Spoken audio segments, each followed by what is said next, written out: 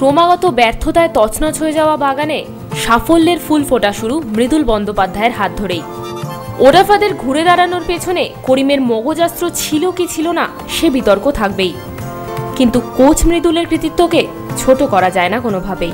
হারের ধাক্কায় মানসিকভাবে বিধ্বস্ত মোহন খেলোয়াড়দের মানসিক শক্তি বাড়াতে মৃদুল স্যারের ভোকাল টনিককে কুর্নিশ করতেই হয়।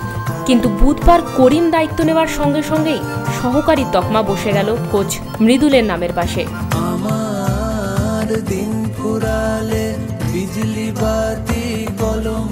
অনুশীলনেও দেখা গেল সেই ছবি। করিম যখন ওরাফা নবীদের সামলাতে ব্যস্ত, মৃদুল তখন দূরের রিজার্ভ বেঞ্চের খেলোয়াড়দের অনুশীলন করাচ্ছেন, আবার কখনো বা শুধুই নীরব দর্শক। অনুশীলন শেষে আজ আর ওনার পেছনে সংবাদ মাধ্যমের হুড়োহুড়ি নেই ক্যামেরার ফ্ল্যাশ। নীরবে বেরিয়ে গেলেন তাঁবু ছেড়ে। কিছুদিন আগেই মৃদুলবাবু আক্ষেপ করেছিলেন তার কৃতিত্বকে কোনোদিন কেউ স্বীকৃতি দেয়নি।